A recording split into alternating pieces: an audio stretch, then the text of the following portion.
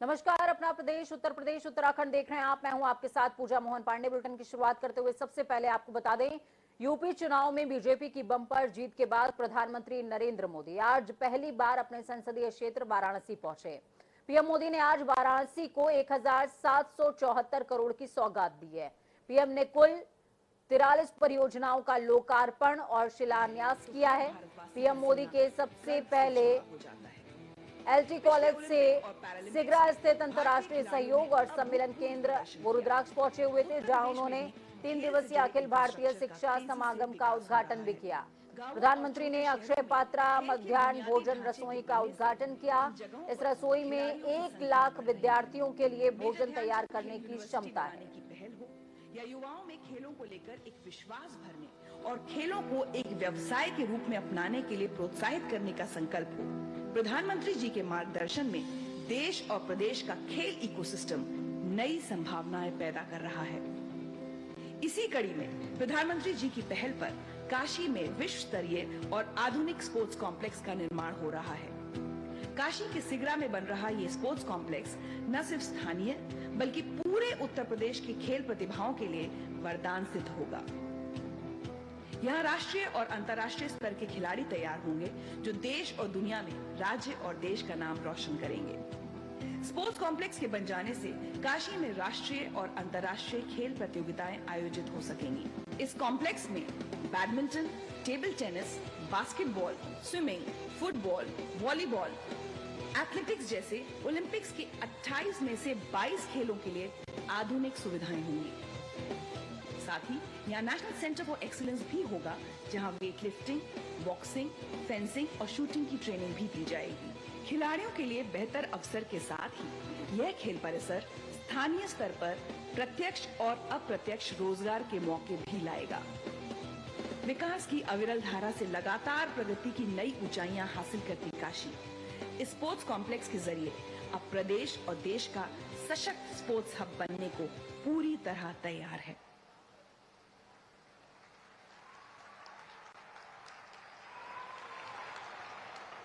इसके साथ ही आज माननीय प्रधानमंत्री श्री नरेंद्र मोदी जी 1774 करोड़ रुपए की लागत से 43 परियोजनाओं का लोकार्पण व शिलान्यास कर रहे हैं। कौन कौन सी है ये परियोजनाएं, आइए इन पर भी एक फिल्म के जरिए नजर डालते हैं। आदि गुरु शिव की चेतना से प्रकाशित अनादि नगरी काशी गत 8 वर्षों से अपने सांसद और देश के यशस्वी प्रधानमंत्री श्री नरेंद्र मोदी जी के नेतृत्व में विकास के नित नए कीर्तिमान बना रही है। वाराणसी में विकास की जो अविरल धारा बह रही है, उस कड़ी में कई और परियोजनाओं की श्रृंखला आज जुड़ रही है। 550 करोड़ रुपए से अधिक लागत की 30 परियोजनाओं के लोकार्पण से बदलेगी वाराणसी। क्षेत्र के सर्वांगीण विकास के लिए जिन 6 शहरी व वाराणसी स्मार्ट सिटी की परियोजनाओं को पूर्ण किया गया है, वे हैं पेट्रोल व डीजल चलित 500 नौकाओं को सीएनजी में बदलने का कार्य, पुरानी काशी के कामेश्वर महादेव वार्ड का पुनर्विकास, लहरतारा चौका घाट फ्लाईओवर के नीचे नए विकसित वेंडिंग जोन की शुरुआत, दशाश्वमेध घाट पर पर्यटकों की सुविधा के लिए बाजार परिसर की शुरुआत, हरहुआ ग्राम दासेपुर में प्रधानमंत्री आवास योजना के अंतर्गत 608 ईडब्ल्यूएस भवन का निर्माण, नगवा में 33/11 केवी का सब स्टेशन। इन 6 परियोजनाओं को पूरा करने में 130 करोड़ रुपए से अधिक खर्च किए गए। 50 करोड़ रुपए की लागत से सामाजिक कल्याण और शिक्षा संबंधित जो परियोजनाएं संचालन के लिए तैयार हैं, उनके नाम हैं पिंडरा के महगांव में आईटीआई, बीएचयू में वैदिक विज्ञान केंद्र फेज 2, रामनगर में राजकीय बालिका गृह, दुर्गाकुंड के सरकारी वृद्धाश्रम में थीम पार्क, संपूर्णानंद संस्कृत विश्वविद्यालय परिसर में विभिन्न निर्माण। क्षेत्र के लोगों के लिए सहज यात्रा सुनिश्चित करने के लक्ष्य के साथ पुल और सड़कों से जुड़ी 7 महत्वपूर्ण परियोजनाओं का कार्य पूर्ण हुआ है। ये हैं बाबतपुर कपसेटी भदोही रोड पर 4 लेन ओवरब्रिज का निर्माण, सेंट्रल जेल रोड के वरुणा नदी पर पुल का निर्माण, पिंडरा कठिराव मार्ग का चौड़ीकरण व सुदृढ़ीकरण, फूलपुर सिंधोरा लिंक रोड का चौड़ीकरण, 8 ग्रामीण सड़कों का निर्माण एवं सुदृढ़ीकरण, प्रधानमंत्री ग्राम सड़क योजना के अंतर्गत 7 सड़कों का निर्माण, धरसोना सिंधोरा मार्ग का चौड़ीकरण। करीब 130 करोड़ रुपए की लागत में तैयार इन परियोजनाओं से वाहनों का आवागमन सुलभ और तेज होगा और बेहतर कनेक्टिविटी से विकास को बढ़ावा मिलेगा। 200 करोड़ रुपए की लागत से सीवरेज व जलापूर्ति के नेटवर्क को और सुदृढ़ करने वाली 6 परियोजनाएं भी लोकार्पण के लिए तैयार हैं। ये परियोजनाएं हैं ट्रेंचलेस तकनीक द्वारा वाराणसी की पुरानी ट्रंक सीवर लाइन यानी शाही नाले का जीर्णोद्धार, ओल्ड ट्रंक सीवर से रिलीविंग ट्रंक सीवर में पानी के अतिरिक्त प्रवाह को मोड़ने के लिए सीवर लाइन, ट्रांसवरुणा क्षेत्र में 25,782 सीवर हाउस कनेक्शन। तो आप वो तमाम योजनाओं के नाम और उनके विस्तार सुन रहे हैं कि आखिरकार काशी को क्या कुछ सौगात मिलने जा रही है। आपको बता दें, बेहद खास ये दौरा पीएम नरेंद्र मोदी का काशी को ढेर सारी सौगात हर क्षेत्र में मिलने जा रही है, फिर चाहे वो ग्रामीण अंचल हो या फिर शहरी परिवेश, हर किसी को इस बार प्रधानमंत्री के दौरे का लाभ सीधे तौर पर मिलने वाला है। धर्मेंद्र हमारे साथ ग्राउंड जीरो से जुड़े हुए हैं। धर्मेंद्र, क्या कुछ अपडेट ग्राउंड जीरो से आप देंगे दर्शकों को, क्योंकि पीएम मोदी का ये दौरा हर लिहाज से बेहद खास है, फिर चाहे वो ग्रामीण परिवेश हो या फिर शहरी परिवेश, दोनों को ही लाभ जो है तमाम योजनाओं का मिलेगा। फिर चाहे हम अक्षय पात्रा किचन की बात कर लें या फिर जो 4 लेन पुलों का निर्माण हो रहा है, सड़कों का सुदृढ़ीकरण हो रहा है, और साथ में खिलाड़ियों की अपब्रिंगिंग के लिए, उनको तैयार करने के लिए भी उस दिशा में कदम उठा रही है सरकार। पूजा, पहले तो मैं फिगर के माध्यम से दिखा दूं। देखिए, ये सामने ही सिगरेट स्टेडियम है जहां प्रधानमंत्री नरेंद्र मोदी इस समय संबोधित थोड़ी देर बाद करेंगे और सारी योजनाओं का लोकार्पण और शिलान्यास करेंगे। आज की जो खास बात है पूजा, कि काशी वासियों के लिए, काशी के लिए जो प्रधानमंत्री लगातार करते आए हैं, कहीं न कहीं 2014 से जो उनका ड्रीम प्रोजेक्ट रहा काशी की बात, वो कह रहे थे कि काशी जो भव्य काशी, दिव्य काशी की बात कर रहे थे, वो कहीं न कहीं अब निखर कर सामने आती देखी जा रही है। और प्रधानमंत्री जब भी अपने संसदीय क्षेत्र में आते हैं तो कुछ न कुछ सौगात के रूप में देकर जाते हैं, और यही बात है कि काशी से उनका जो जुड़ाव है। उन्होंने कई शब्दों में यह भी कहा कि मैं अब काशी का हूं और काशी वासियों के साथ ही मुझे रहना है। तो जिस तरीके से प्रधानमंत्री वाराणसी में देश के प्रधानमंत्री बनकर नहीं आते हैं, वाराणसी के सांसद के रूप में आते हैं, और कैसे वाराणसी का विकास होना चाहिए, कैसे डेवलपमेंट होना चाहिए, इंफ्रास्ट्रक्चर क्या होना चाहिए, क्या रोड मैप होना चाहिए, प्रधानमंत्री लगातार पूजा उस पर काम करते हैं। बिल्कुल धर्मेंद्र, जिस दौरान आप ये तमाम बिंदु बता रहे हैं, ठीक उसी दौरान प्रधानमंत्री तमाम योजनाओं का शिलान्यास और लोकार्पण की तरफ आगे बढ़ रहे हैं। लोकार्पण और शिलान्यास का कार्यक्रम लगातार चल रहा है। तमाम दर्शक एक तरफ तस्वीर भी देख पा रहे हैं और दूसरी तरफ वो तस्वीरें जब प्रधानमंत्री पहुंचे हुए थे काशी। धर्मेंद्र, अपनी बात आप पूरी कर लें। देखिए पूजा, प्रधानमंत्री जिस तरीके से 2014 से उन्होंने एक अपना सपना बनाया था, स्मार्ट काशी, भव्य काशी, दिव्य काशी, चलो काशी, तो कहीं न कहीं उस नारे को अब साकार और पूर्ण रूप से मूर्त रूप देने का प्रयास कर रहे हैं। और कहीं न कहीं अब इसके बाद जो मिशन 2024 की बात हो रही है, वो अब सामने देखने को मिल रही है। और प्रधानमंत्री का संबोधन पूजा प्रारंभ हो गया है। प्रधानमंत्री अब काशी वासियों को संबोधित करने जा रहे हैं। 20,000 जनता है और बाहर भीड़ लगी है, कहीं पूरी काशी भर गई है प्रधानमंत्री को सुनने के लिए। पूजा, बिल्कुल काशी भर गई है प्रधानमंत्री को सुनने के लिए, और ठीक जैसा कि आपने बताया, प्रधानमंत्री का संबोधन शुरू हो चुका है। तमाम दर्शक देख भी पा रहे हैं, प्रधानमंत्री को सुन भी पा रहे हैं। हर हर महादेव।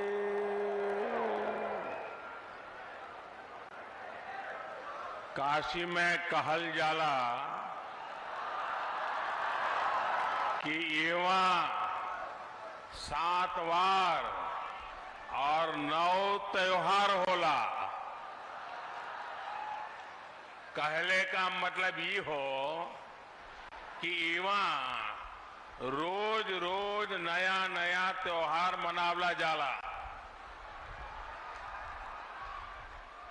आज के यही प्रसंग में यहां जुटल आप सब लोगन के प्रणाम है।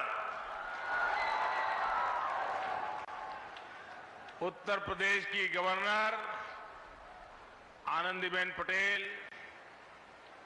यशस्वी मुख्यमंत्री योगी आदित्यनाथ जी,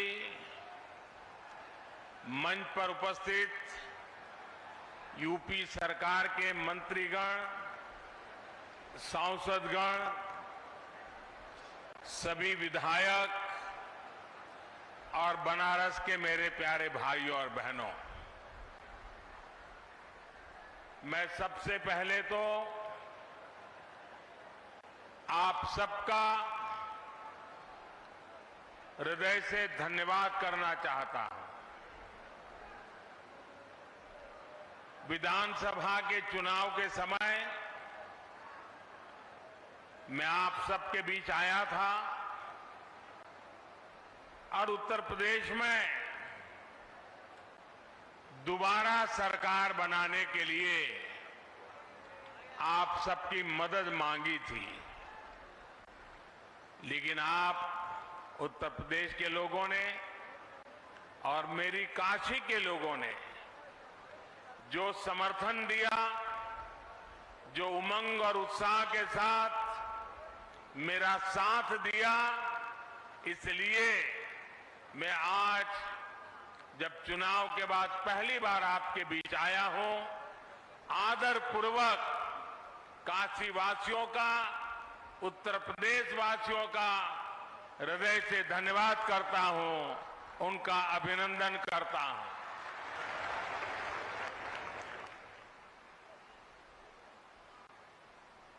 दिव्य भव्य नव्य काशी में पिछले 8 वर्षों से विकास का जो उत्सव चल रहा है, आज उसको हम एक बार फिर गति दे रहे हैं। काशी हमेशा से जीवंत, निरंतर प्रवाहमान रही है।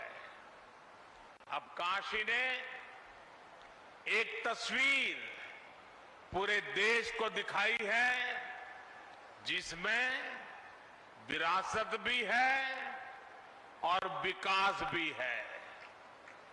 ऐसी विरासत जिसे भव्य, दिव्य और नव्य बनाने का काम निरंतर जारी है।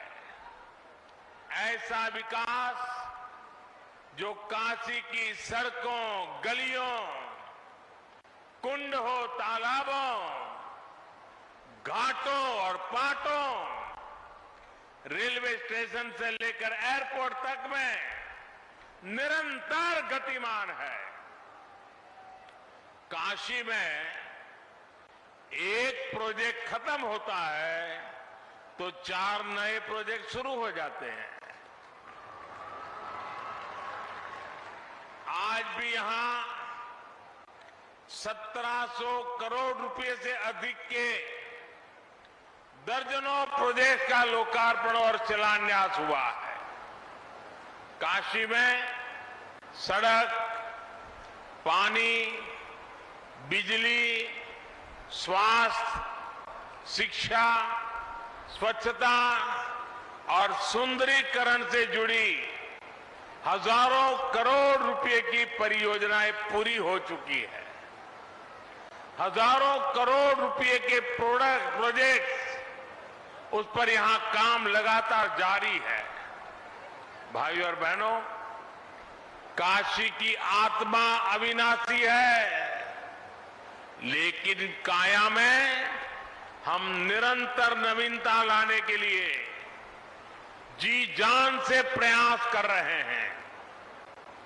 हमारा विकास काशी को और ज्यादा गतिशील, प्रगतिशील और संवेदनशील बनाने का है। काशी का आधुनिक इंफ्रास्ट्रक्चर गतिशीलता को बढ़ा रहा है। शिक्षा, कौशल, पर्यावरण, स्वच्छता, व्यापार के लिए जब प्रोत्साहन मिलता है, नए संस्थान बनते हैं, आस्था और आध्यात्म से जुड़े पवित्र स्थानों की दिव्यता को आधुनिक भव्यता से जोड़ा जाता है, तब विकास प्रगतिशील होता है। तो ये काशी है, जीवन मरण मोक्ष उद्धार सब कुछ काशी है। और यही मंत्र, इसी मंत्र पर काम भी कर रहे हैं नरेंद्र मोदी, और सीधे तौर पर वो जनता से कनेक्टेड नजर भी आते हैं। जब वो अवधी में बोलते नजर आते हैं, भोजपुरी में बोलते नजर आते हैं, तो सीधे तौर पर जनता से एक संबंध स्थापित करने की कोशिश है। और ये तैयारी सिर्फ जनता के दिल तक पहुंचने की नहीं है। 2024 के विजय रथ को खींचने की भी है। खबरों में आगे बढ़ेंगे, बात बड़ी और अहम जानकारी की करते हैं। विपक्ष के राष्ट्रपति उम्मीदवार यशवंत सिन्हा का लखनऊ दौरा है। सपा अध्यक्ष अखिलेश यादव से मिलेंगे यशवंत सिन्हा। सपा के विधायकों के साथ में बैठक भी करने वाले हैं। यशवंत सिन्हा शाम को 5 बजे सपा कार्यालय में विधायकों के साथ बैठक होगी, यानी कि अब से कुछ ही देर के बाद पार्टी कार्यालय पर विधायक और सांसदों का आना शुरू हो चुका है। तो बड़ी और अहम जानकारी आपको दे रहे हैं। आप तस्वीरें देख पाएंगे, सपा कार्यालय के बाहर की तस्वीरें हैं, जहां पर यशवंत सिन्हा के स्वागत के लिए एक बड़ा सा पोस्टर दोनों तरफ लगा हुआ है। हार्दिक अभिनंदन, स्वागत।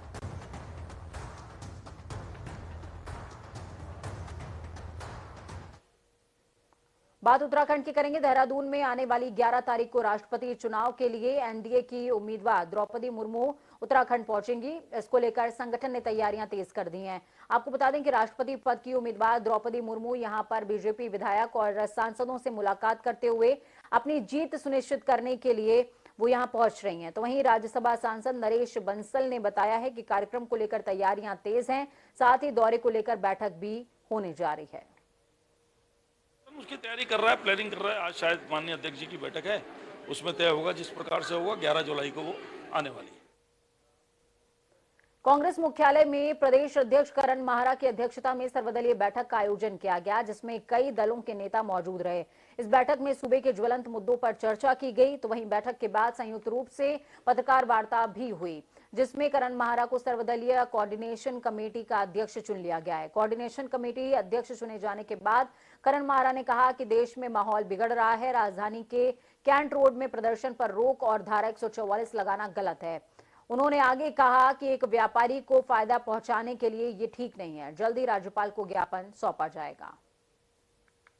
आपस में चर्चा करने के बाद जो एक सहमति के हमारे बिंदु बने हैं, वैसे अधिकांश विषयों पर हमारी सहमति है, लेकिन कुछ जन सरोकारों के मुद्दे और कुछ साझा कार्यक्रमों के बारे में भी चर्चा हुई है। मैं चाहूँगा प्रदेश अध्यक्ष, जिनको आज एक सर्वदलीय कोऑर्डिनेशन कमेटी जो बनाने का निर्णय हुआ है, सबने आम सहमति से उनको उसका लीडर चुना है, उसका अध्यक्ष चुना है। वहीं मुख्यमंत्री पुष्कर सिंह धामी को 1 साल पूरे करने पर बीजेपी के वरिष्ठ नेता और राज्यसभा सांसद नरेश बंसल ने बधाई दी। बीजेपी सांसद ने कहा कि मुख्यमंत्री पुष्कर सिंह धामी ने बेहतर काम किया, जिसका परिणाम ये रहा कि चुनावों में बीजेपी की प्रचंड बहुमत की सरकार आई। राज्यसभा सांसद ने आगे कहा कि मुख्यमंत्री बनने के बाद पुष्कर सिंह धामी ने बेहतर काम किया है और जो चुनाव में वादे किए गए थे, जो चुनावी घोषणा पत्र जारी किया गया था, उसी के आधार पर सरकार काम कर रही है। पर आने वाले दिनों में भी जनता की उम्मीदों पर खरा उतरने का काम हम करेंगे।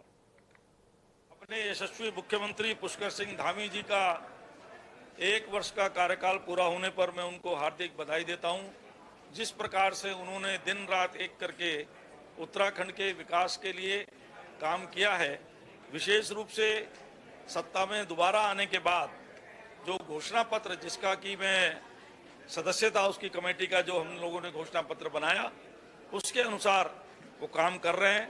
सबसे पहला काम उन्होंने यूनिफॉर्म सिविल कोड के लिए समिति गठित करने का किया, उसका परिणाम आ रहे हैं, उसकी पहली बैठक हो गई है।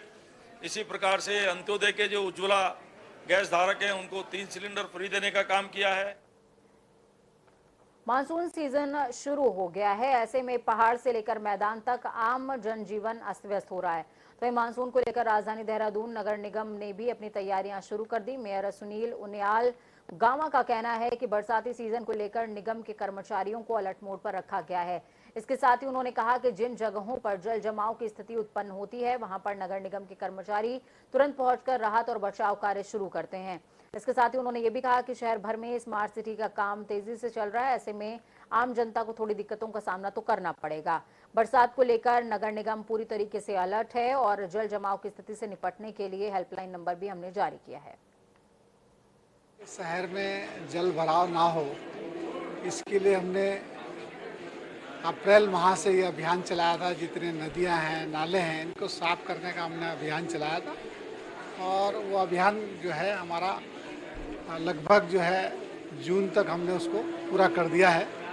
लेकिन बरसात में जो हमने नदी नाले साफ किए थे, जैसे हमारे शहर के हमारे नालियां हैं, अधिकतर जगह जो है, क्योंकि इस समय स्मार्ट सिटी का काम भी चल रहा है, तो स्मार्ट सिटी से जो खुदान का काम चल रहा है वो नालियों में बढ़ जा रहा है। और लेकिन हमारा प्रयास है कि स्मार्ट सिटी के काम भी बहुत जल्दी हों। वक्त यहाँ पर छोटे से ब्रेक का। ब्रेक के उस पार खबरों का सफर लगातार जारी रहेगा। बने रहिए जनता टीवी के साथ, क्योंकि हमें आपकी ताकत, अपनों और अपनों का बहुत ख्याल रखें। नमस्कार।